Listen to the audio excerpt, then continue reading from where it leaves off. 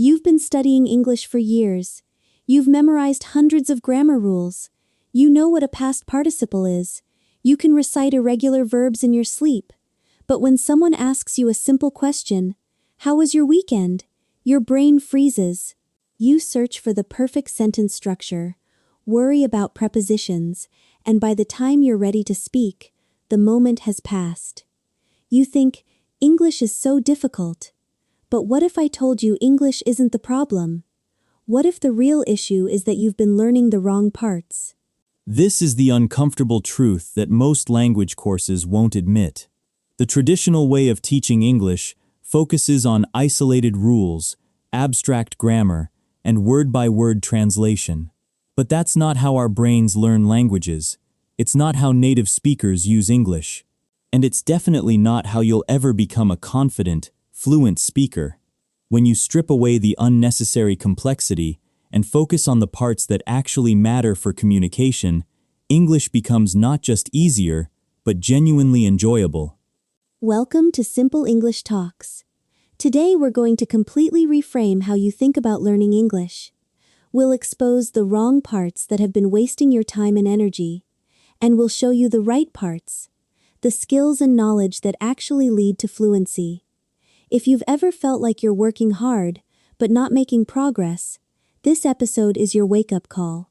By the end of this episode, you'll know exactly which areas to focus on and which to let go of.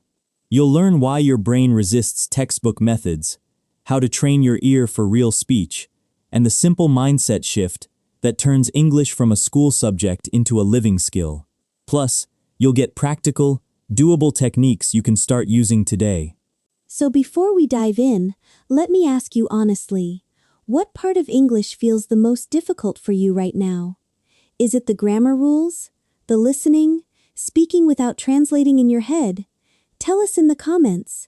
We want to hear your experience, and I suspect a lot of listeners will relate. And if you're ready to unlearn the hard stuff and learn the right stuff, hit subscribe on Simple English Talks. Now, let's get into section 1. The biggest wrong part almost everyone focuses on: grammar rules as abstract formulas. From the very first English class, we're taught that language is a set of rules. Present simple, subject plus verb. Present continuous, subject plus be plus verb ing. We fill in worksheets, we memorize exceptions, we pass tests, and we believe that if we just know all the rules, we'll be able to speak. But the brain doesn't work that way.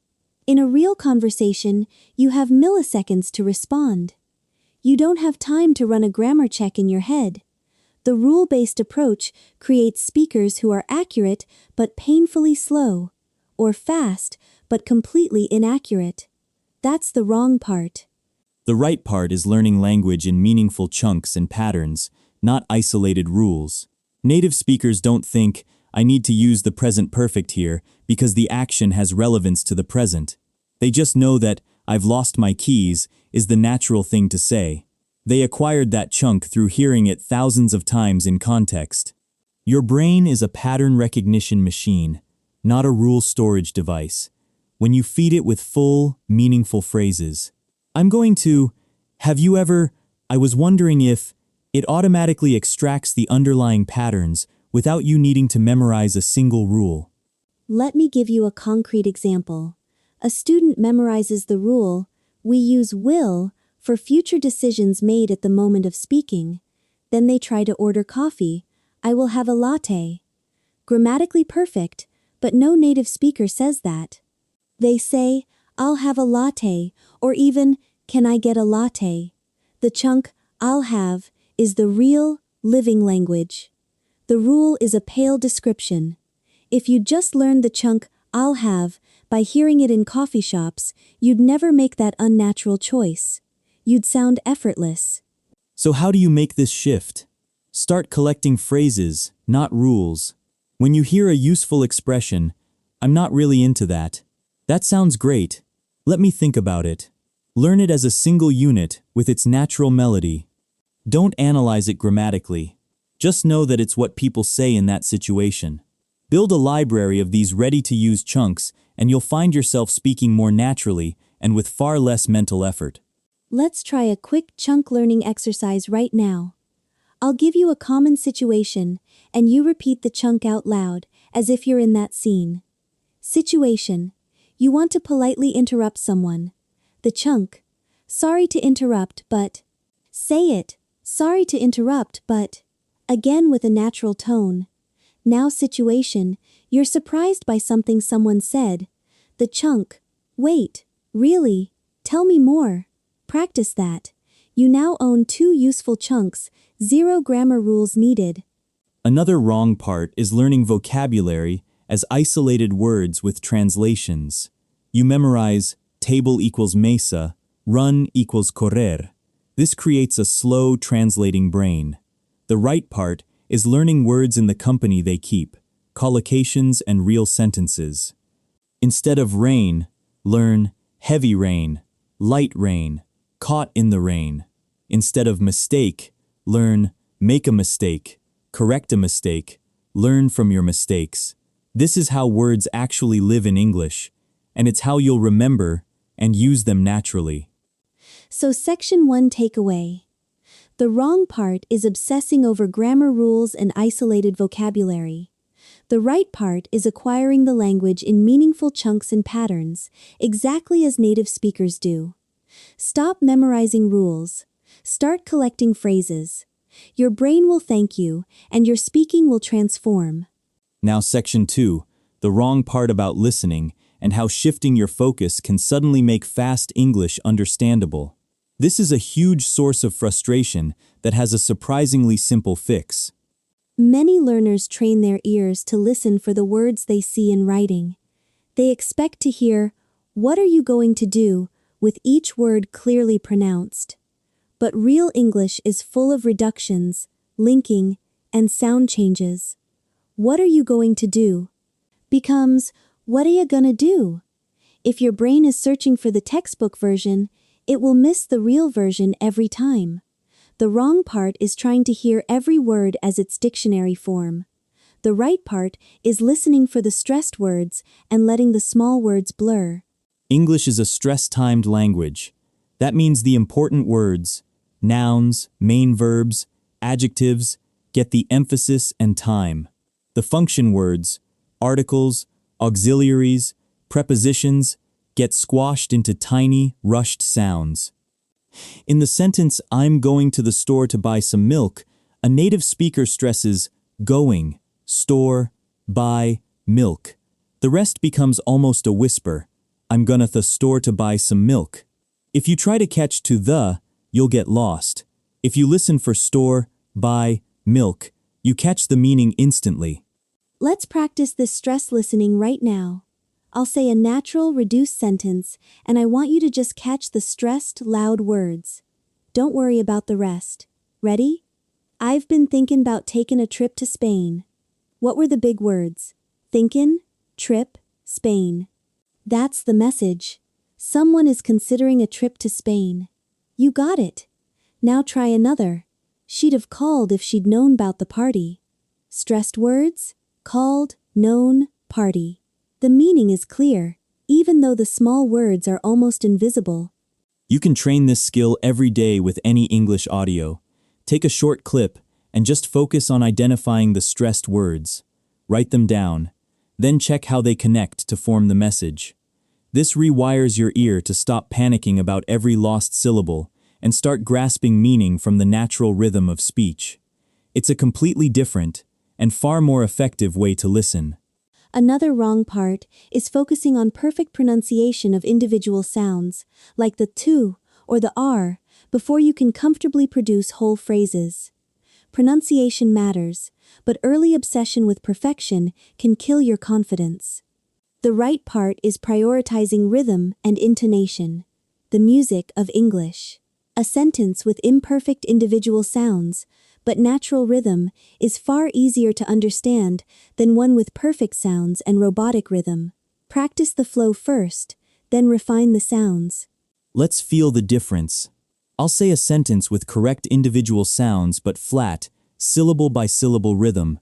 "I want to go to the beach." Now with natural rhythm and reduced words, I want to go to the beach. Hear how the second one, even if the th isn't perfect, sounds more like real English? That's the power of focusing on the right part, rhythm and stress over isolated sound perfection. So Section 2 takeaway. The wrong part is trying to hear every dictionary word and perfect every isolated sound. The right part is training your ear for stressed words and natural reductions, and training your mouth for rhythm and flow. Listening becomes dramatically easier when you know what to listen for. Now Section 3, the wrong part about the mindset and purpose of learning English. This is where we address the deep belief that English is a school subject and replace it with something far more motivating. When you treat English like math or history, something to study, memorize, and be tested on, you create a high-pressure, low-enjoyment experience. You're constantly evaluating yourself, fearing mistakes, and comparing your progress to an imaginary perfect speaker. This is exhausting and unsustainable. The wrong part is learning English to pass a test or to be perfect. The right part is learning English as a tool for connection, self-expression, and exploring the world.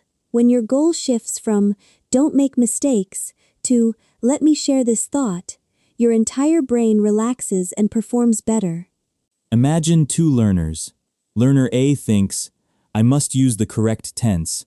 I can't forget the third person's chas. I hope they don't think I'm stupid. Learner B thinks, I want to tell them about my weekend. I'm excited to hear their story. Let me just start talking. Learner A speaks hesitantly, self-corrects constantly, and feels drained. Learner B speaks with energy, makes some errors but is easily understood, and enjoys the conversation. The difference isn't their English level, it's where they've placed their mental focus. The right part is always communication, not perfection. Here's a practical shift. Stop doing exercises that have no real-world context. Instead, bring English into your actual life. Describe your morning routine out loud in English while you're doing it. Talk to your pet in English. Write your shopping list in English. Send voice messages to a language partner instead of just doing app exercises. When English serves a real purpose for you, your brain pays attention and retains information effortlessly. That's the right part, using the language, not just studying it. Let's try a micro-life integration right now. Think of one thing you need to do today. It could be buying groceries, finishing a report, or calling a friend. Now, say that thing out loud in English, as if you're telling someone. I need to go to the supermarket because I'm out of milk and bread. Or, I have to finish a report by 5, and then I'm meeting a friend for coffee. Say it. You just used English for a real purpose. That's more valuable than 10 minutes of passive textbook reading. Another wrong part is waiting until you're ready to speak. Many learners think, I'll start speaking when I know more words, when my grammar is solid, when I won't be embarrassed. But that day never comes. The right part is speaking from day one.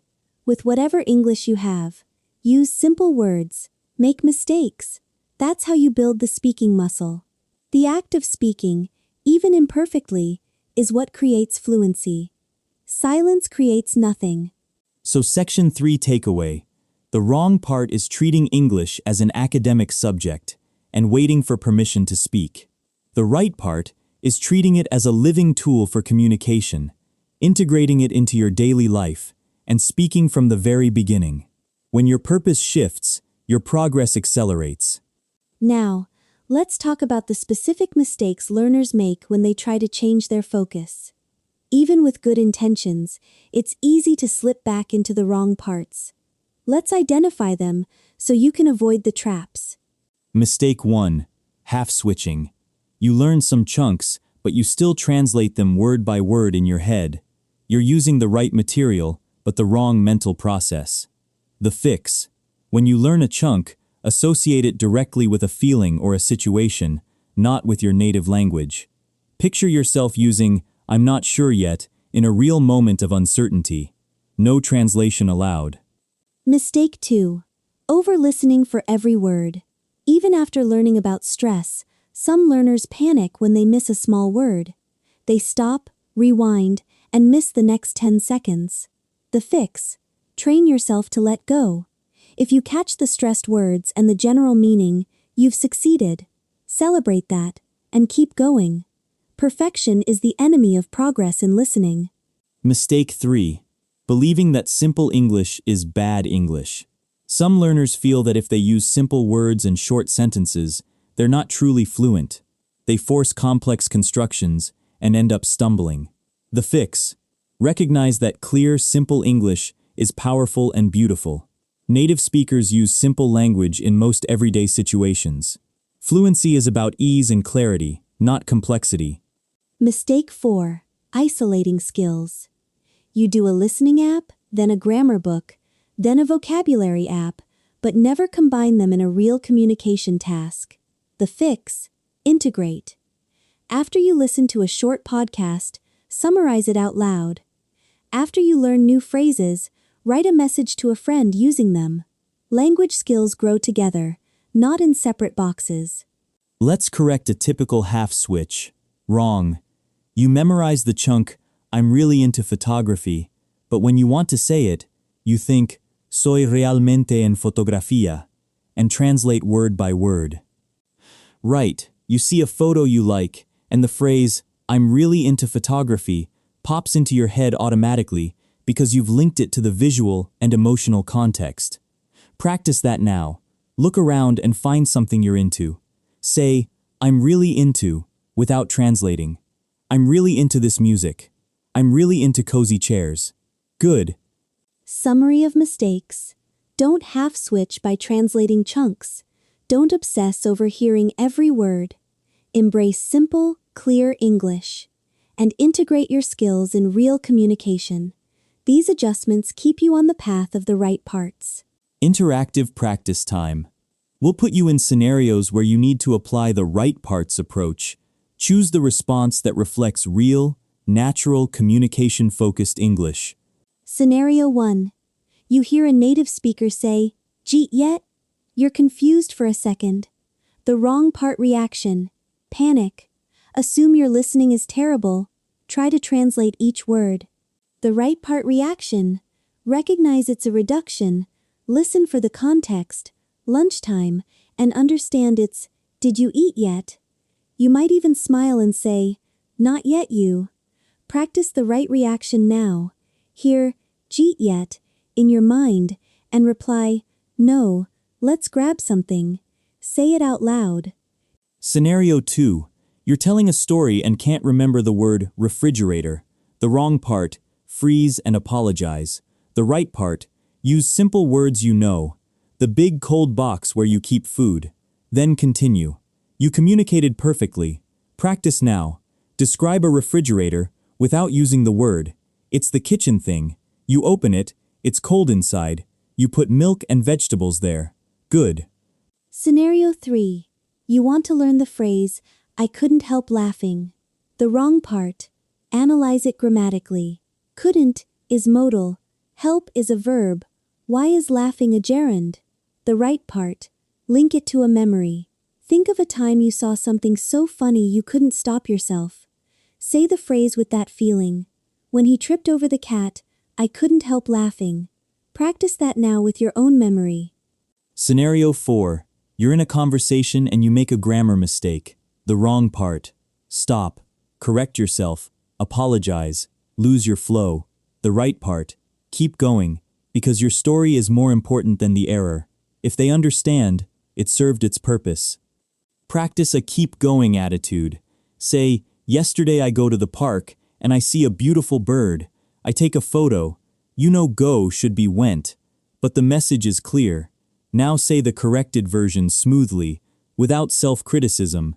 "Yesterday I went to the park, saw a beautiful bird, and took a photo." Either way, you communicated. Scenario 5.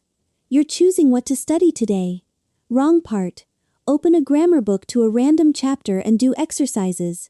Right part: watch a short YouTube video on a topic you genuinely like: cooking, tech reviews, travel vlogs.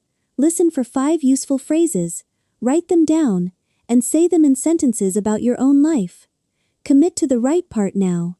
In the comments, tell us one topic you'll explore in English this week and one phrase you hope to learn. English isn't a mountain of grammar rules, a list of irregular verbs, or a test you have to pass. It's a living, breathing, beautifully messy tool for human connection. When you stop learning the wrong parts, the abstract rules, the isolated words, the perfectionism, and start learning the right parts, the chunks, the rhythm, the real communication, everything changes. You don't become less accurate, you become more natural. You don't know less, you feel more. And that's the whole point. Let's pull together the liberating truth we've uncovered today. You are not bad at English. You've just been aimed at the wrong targets. In Section 1, we replaced grammar rules and isolated vocabulary with meaningful chunks and patterns. Collect phrases, not formulas. Your brain will build the grammar automatically from rich input. In Section 2, we shifted from trying to hear every word perfectly to listening for stressed words and natural rhythm. Focus on the music of English, and the words will fall into place. In Section 3, we reframed English from a school subject to a tool for living. Use English for real purposes, speak before you feel ready, and let communication be your guide, not perfection. And we cleared up the lingering mistakes. Translating chunks, obsessing over every sound, fearing simplicity, and isolating skills. You now know what to avoid and what to embrace. So here's my final question. What's one wrong part you're ready to let go of? Is it the grammar obsession, the fear of mistakes, the belief that you need to know everything before you speak? Share your decision in the comments. And if this episode reframed your mindset, please like it, share it with a fellow learner who's feeling stuck, and subscribe to Simple English Talks. Together, we can unlearn the hard stuff and embrace the right stuff. You already have everything you need to become a great English speaker. It's not about adding more rules. It's about letting go of what's holding you back. Trust your brain, trust the process, and start learning the parts that actually matter. Thank you for being here, for unlearning with us, and for your courage to change. Now go and enjoy English, perhaps for the first time. See you next time on Simple English Talks.